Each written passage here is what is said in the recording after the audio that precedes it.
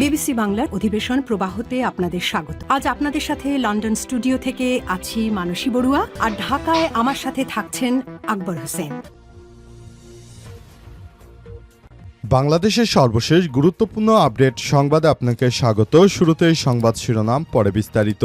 প্রথমেই জানাবো আমাদের হাতে থাকা সর্বশেষ গুরুত্বপূর্ণ সবথেকে তাজা আপডেট সংবাদ। ভারতে পলাতক অপরাধীদের প্রত্যাপন শুরু, কামালকে দিয়ে বললেন প্রেস সচিব। জুলাই মাসে গণহত্যার মামলায় মৃত্যুদণ্ডপ্রাপ্ত সাবেক স্বরাষ্ট্রমন্ত্রী আসাদুজ্জামান খান কামালকে দিয়ে প্রত্যাপন শুরু হবে বলে জানিয়েছেন প্রধান উপদেষ্টার প্রেস সচিব শফিকুল আলম। আজ সামাজিক যোগাযোগ মাধ্যম ফেসবুকে নিজের ভেরিফাইড অ্যাকাউন্টে দেয়া স্ট্যাটাসে তিনি এই মন্তব্য করেছেন। তিনি বলেন, আমরা প্রথমে কামালের ফাঁসি কার্যকর করব।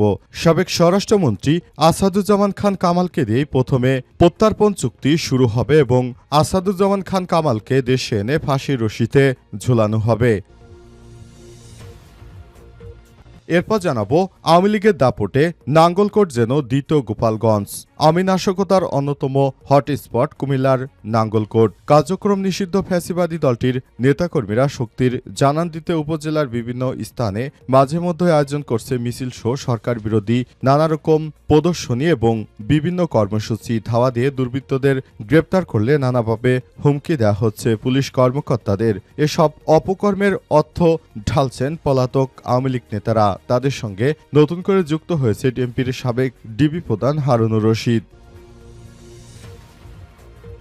এদিকে এনসিপির দ্বন্দ্বে শুরুতেই হোঁচট তৃতীয় শক্তির। ত্রয়োদশ জাতীয় সংসদ নির্বাচনকে সামনে রেখে তৃতীয় শক্তির উত্থানের সম্ভাবনা নিয়ে কয়েকদিন ধরে আলোচনা চলছিল।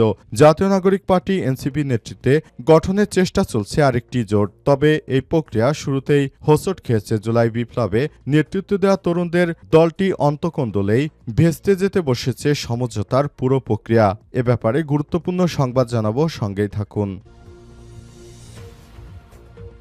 জানাবো জামাত আমির হিসেবে আজ শপথ নেবেন ডক্টর শফিকুর রহমান। বাংলাদেশ জামাত ইসলামের গঠনতন্ত্র অনুযায়ী 2026 থেকে 2028 মেয়াদে তৃতীয়বারের মতো আমির নির্বাচিত হয়েছেন ডক্টর শফিকুর রহমান। আজ সন্ধ্যা 6টায় রাজধানীর মগবাজারে আল ফালা মিলনায়তনে তার শপথ গ্রহণ অনুষ্ঠিত হবে। এবং সর্বশেষ জানাবো ভেনেজুয়েলা থেকে মাদক পাচার ঠেকাতে স্থল অভিযানের ঘোষণা ট্রাম্পের। ভেনেজুয়েলা থেকে স্থলপথে মাদক পাচার রোধে খুব শীঘ্রই অভিযান শুরু করবে মার্কিন সামরিক বাহিনী। যুক্তরাষ্ট্রের প্রেসিডেন্ট ডোনাল্ড ট্রাম্প এমনটাই নিশ্চিত করেছেন। এর অংশ হিসেবে তিনি সমুদ্রপথে নজরদারির পাশাপাশি এবার স্থল অভিযানের প্রস্তুতি নিচ্ছেন বলে জানিয়েছে, যদিও ভেনেজুয়েলা এখনও এ বিষয়ে কোনো প্রতিক্রিয়া জানায়নি। প্রিয় দর্শক, এতক্ষণ শুনছিলেন সংবাদ শিরোনাম, এবারে বিস্তারিত। তবে তার আগে বন্ধুরা অনুরোধ থাকবে এই সংবাদটিতে একটি লাইক দিন। এই চ্যানেলে আপনি নতুন হয়ে থাকলে আমাদের সংবাদটি দেখতে দেখতে চ্যানেলটি সাবস্ক্রাইব করে রাখুন। কমেন্ট করে বন্ধুরা আপনার মূল্যবান মতামত জানিয়ে দিন আপনি বিশ্বের কোন দেশ থেকে বা বাংলাদেশের কোন স্থান থেকে আমাদের সংবাদটি দেখছেন এবং শুনছেন। আর বন্ধুরা সংবাদটি আপনার সোশ্যাল মিডিয়া ফেসবুকে শেয়ার করে বন্ধুদেরও দেখার সুযোগ করে দিন। গাজা যুদ্ধে আপনি যদি নিরীহ ফিলিস্তিনিদের ভালোবেসে থাকেন কমেন্টে ইয়েস লিখে বিশ্ববাসীকে জানিয়ে দিন। সংবাদটি আপনার সোশ্যাল মিডিয়া ফেসবুকে শেয়ার করে বন্ধুদেরও দেখার সুযোগ করে দিন। এবারে বিস্তারিত।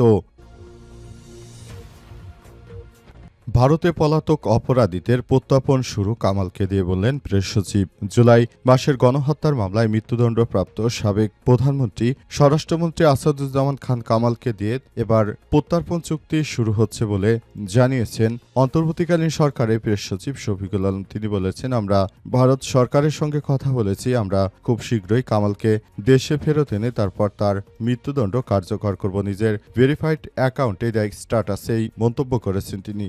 শফিকুল আলম বলেন, জুলাই মাসের গণহত্যার মামলায় দণ্ডিত হওয়ার পর শেখ হাসিনার প্রত্যার্পণের বিষয়ে বাংলাদেশের অনুরোধ খতিয়ে দেখছে ভারত। তবে সেই প্রত্যার্পণের শুরুটা হবে সাবেক স্বরাষ্ট্রমন্ত্রী সাজাপ্রাপ্ত আসামি আসাদুজ্জামান খান কামালকে দিয়েই শুরু হচ্ছে এবং তাকে দেশের মাটিতে ফিরিয়ে এনে তার শাস্তি কার্যকর করা হবে বলে জানিয়েছেন প্রেস সচিব। তিনি আরও বলেছেন, আমরা চাই একটি নতুন বাংলাদেশ গড়ে তুলতে। আর নতুন বাংলাদেশ গড়ে তোলার জন্য বিভিন্নভাবে আমরা হয়রানির শিকার হয়েছি। তাই বলতে চাই যে সব আওয়ামী দুষ্কৃতকারীরা রয়েছে যারা দেশের বিরুদ্ধে নানা রকম ষড়যন্ত্র করছে, তাদের বিরুদ্ধে আমাদের একাট্টা কার্যক্রম চালাতে হবে। তা না হলে তাদেরকে কোনোভাবেই ছাড় দেওয়া যাবে না। না। যদি তাদেরকে ছাড় দেওয়া হয়, ভবিষ্যতে আবার এদেশে ফ্যাসিবাদ পুনর্বহাল হবে এবং সেই ফ্যাসিবাদের শাস্তি হবে মারাত্মক। সেই ফ্যাসিবাদকে আমরা আটক করে তারপর আমরা কিছুই করতে পারবো না। তাই খুব শীঘ্রই ভারতের সঙ্গে কথা হয়েছে কামালকে যেন দেশে ফেরত আনা হয় এবং ফেরত এনে তার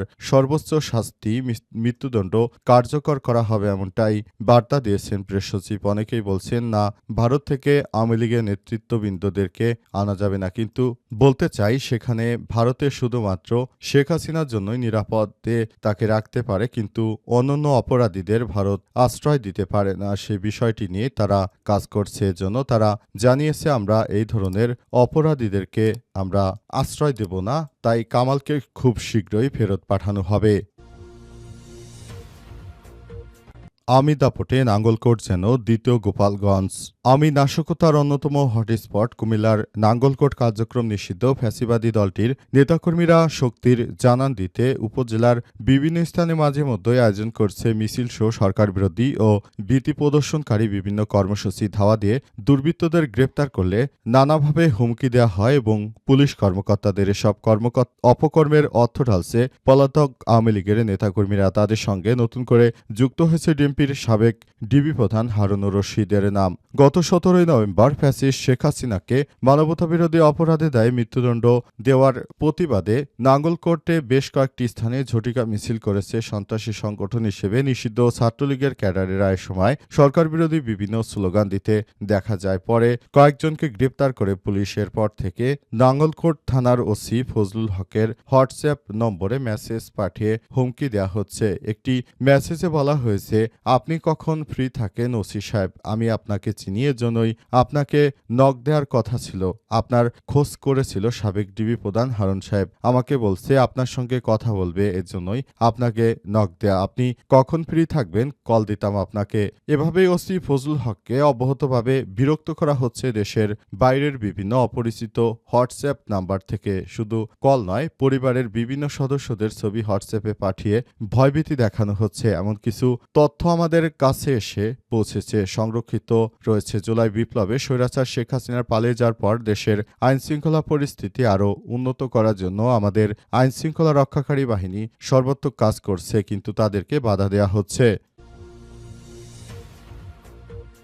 এনসিপির দ্বন্দ্ব শুরুতেই হোঁচট তৃতীয় শক্তির। ত্রয়োদশ জাতীয় সংসদ নির্বাচনকে সামনে রেখে তৃতীয় শক্তির উত্থানের সম্ভাবনা নিয়ে কয়েকদিন ধরেই আলোচনা চলছিল, তবে অবশেষে এই বিষয়টি আদতে সত্য হবে কিনা সে বিষয়টি নিয়ে সন্দেহান। কারণ এনসিপির নেতৃত্ববৃন্দরা যা শুরু করেছে সেই বিষয়টি নিয়ে খুবই সন্দেহানে রয়েছে।